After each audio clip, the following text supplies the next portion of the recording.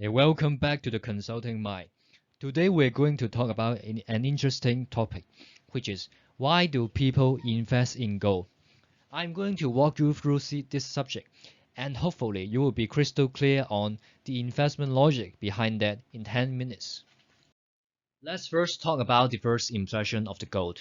When we talk about investing in gold, you may feel that it is kind of counterintuitive or even weird because seems that gold is not a good investment vehicle in the sense that, firstly, it will not produce any interest like fixed income. Secondly, it cannot pay dividend like stock. And finally, it don't even have the growth prospect like uh, it can double the revenue, double the profit, and produce future cash flow. No, none of this will happen in gold. So, seems that it don't have any investment value. But why do people invest in gold? Before we move on to that, let me first walk you through a brief history of the gold. Well, some of you might already be aware that gold used to be the reserve currency of the whole world. When we talk about reserve currency, it means that the central bank and bank effectively take gold, become the prevailing currency or monetary of the system. People and the commercial world will use that as an transaction and exchange medium. This is what we call gold standard. It worked well and effectively until 1971, when the US President Nixon announced that US is going to be unpacked with the gold, which is what we call the Nixon shock. Since then, the whole world monetary order has been reshaped and changed, and the gold standard has been changed to the US standard. And now, let's do a very quick recap on the function of the currency. First, store of value means that I can save the value such that I can exercise the right in an exchange for some others goods and services later on when it is needed. Secondly, standard of payment. It means that it should be a standardized payment. Thirdly, unit of account. It means that it should be able to be divided and be captured and quantified as certain unit like $1, $2, $3, such that it can be booked and counted. And now, let's move on to a very critical and core concept. What exactly is money? Simply put, it is just a medium exchange for all goods and services. And fundamentally, it means credit and faith. Why is that? Because think about that. Taking US dollar as an example, when you are holding the very $1, $10, or $100 notes, essentially it means that you believe when you are taking this in an exchange for goods and services, the US government will honor that. It means that you can always realize the value of the dollar note because you believe in the US government. Such that when you are taking the dollar with you, let's say to travel, you can use the $1 to buy things, buy services in Japan, in UK, in all over the world, such that you believe that it can be exercised for different sorts of goods and services in the world, right? Isn't it? Well, this assumption seems to make a lot of sense, but really, let's examine it later on. But now just move on. And now we can move back to the previous subject. What is fundamentally backing up the currency? Again, credit and faith. But what is behind credit and faith? Taking US dollar as an example again, it is the US country sovereignty. It is the military power and the economic power.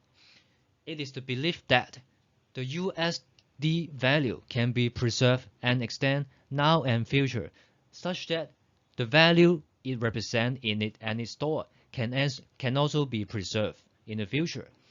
This is the very logic that why the US dollar is working now and past. And we can now move on to talk about the problem of the current monetary system. Taking Fed, the largest central bank on earth, as an example, you can see the trend of its balance sheet over the last 10 years. The balance sheet has been more than double from 3 trillion in 2012 to over 7 trillion in 2020 during the COVID-19 period. As you can see, central bank like US Fed and all over the world, they are all doing the same thing. Reducing interest rate, printing a lot of money, doing a large amount of quantitative easing 1, 2, 3, 4, and as a result, the money supply has been shoot up and multiplied by a lot. Again, from the graph you can see that the money supply, the balance sheet has been double. And when the balance sheet has been double, the money supply will be more than double, because you may heard of a concept named money multiplier. Right? It means that when the central bank is pumping money into the financial system, the monetary system, when the commercial bank get the money, actually what will they do? They will do the lending.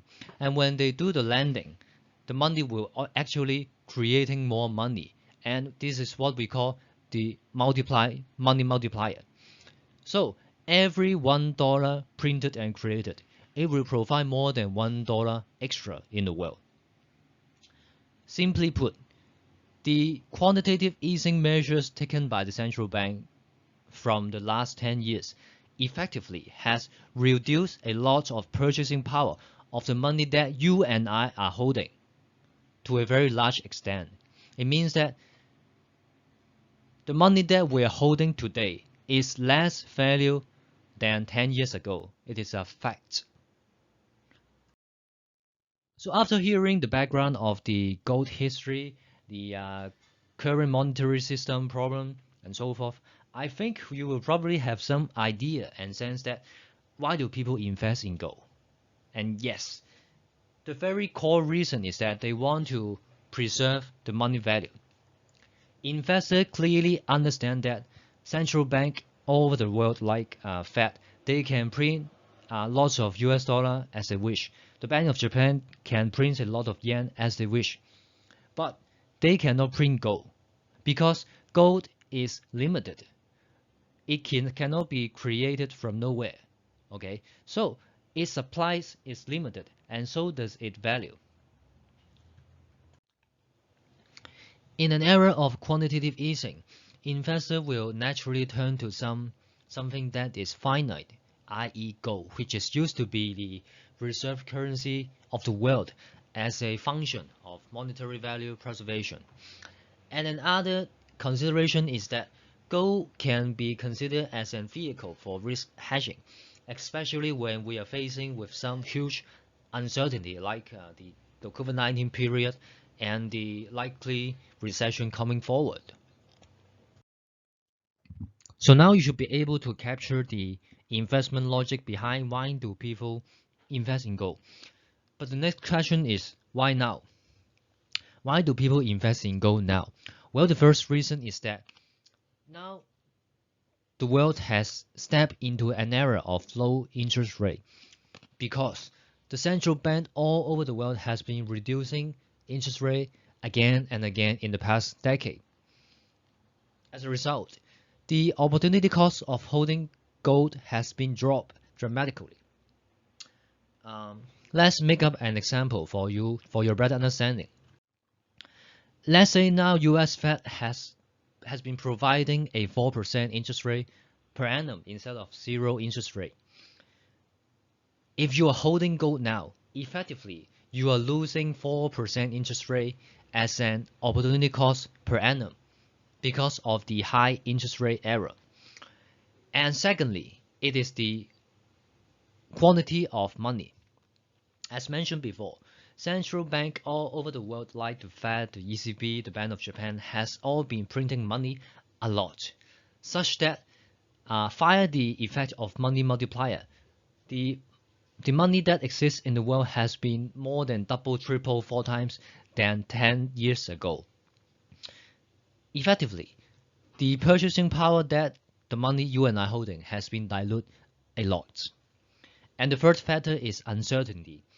In the era of COVID-19 and the very high likelihood of the recession brought forward, people and investors is uncertain about the future, and when they are uncertain about the future, they tend to hold gold, as an vehicle to hedge the risk. So this is the end of the video, and I hope you enjoyed that. If that helped you to get a more clear picture on why do people invest in gold, please click the like button and share for me. See you soon. Goodbye.